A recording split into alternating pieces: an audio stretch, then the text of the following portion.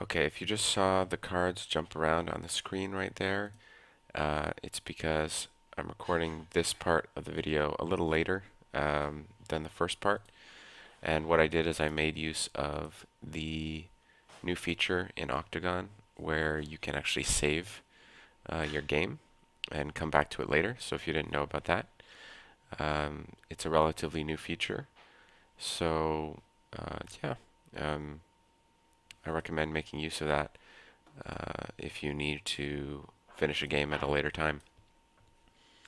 It pretty much loads the board state exactly the way it was. The only thing it didn't do was flip the quest cards to the appropriate side B that they were on. But it keeps all your tokens in place, your threat, the turn tracker, everything. So it's pretty great.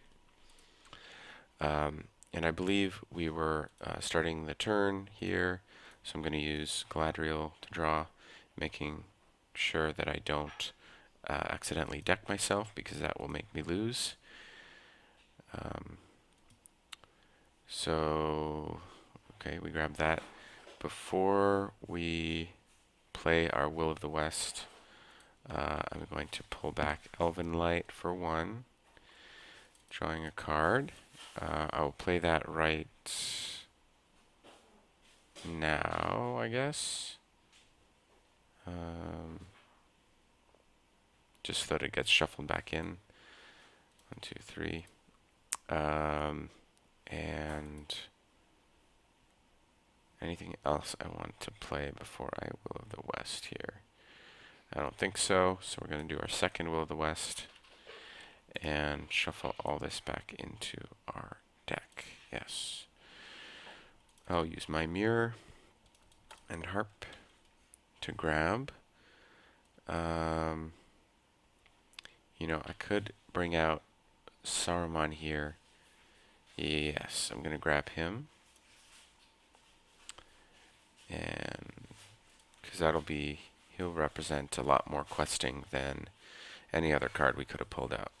So we'll play him for 3. 1, 2, 3, and he gives doomed 3, so go 1, 2, 3. And he also lets us choose a non-unique enemy or location in the staging area. While Saruman is in play, the chosen enemy or location is considered to be out of play. So we're going to choose him, so that's going to be considered to be out of play. Okay. Okay. I just got to keep track of all the actions that I've been doing. Action or response. So Galadriel was an action, so I should have discarded the top card of my deck, but that was before we did Will of the West, so we're good there. Same with Elven Light, that was before Will of the West, so that card would have been shuffled back in. I think the only actions we've done since Will of the West is Saruman himself.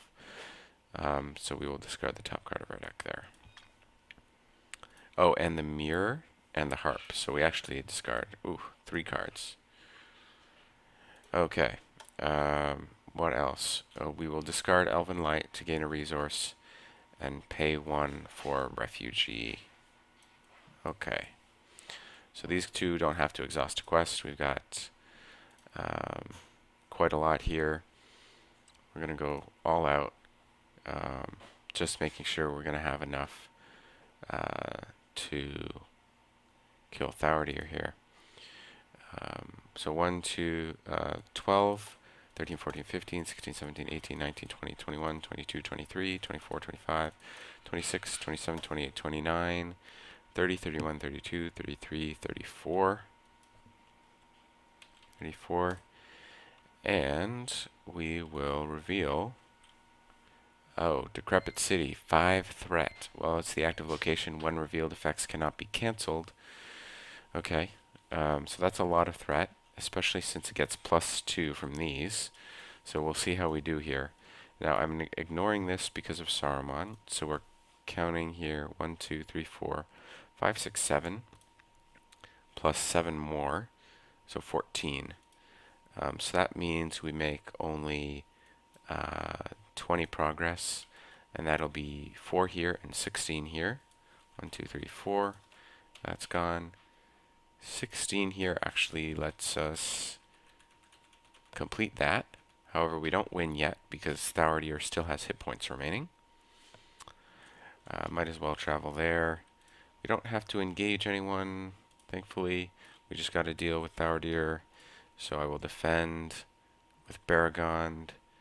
And we have each undead enemy engaged with you gets +1 attack and +1 defense until the end of the phase. So he would be up at 7 attack, which would actually deal me damage. So I may as well use my last spirit resource here to cancel it. Now I will ready Treebeard. Oh, and of course the spear damages him 1. Now I don't think we're going to need all that, but we attack for 5, 6, 7, 8, 9, 10, dealing 6 damage. 1, 2, 3, 4, 5, 6, which is more than enough to take him out.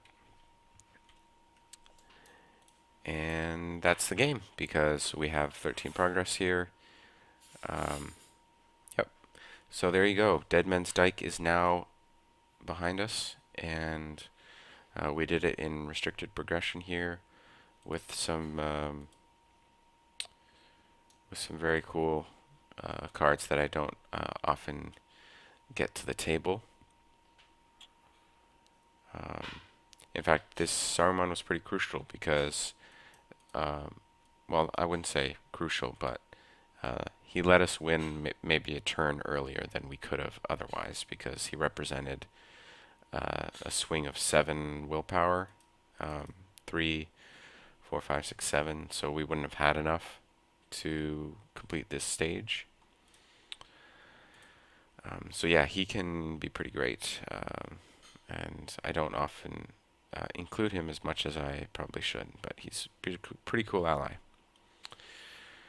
Okay, I also didn't get a chance to play Power of Orthanc. I really thought that I'd get hit by one of these condition attachments, because there are actually quite a number of them in the deck.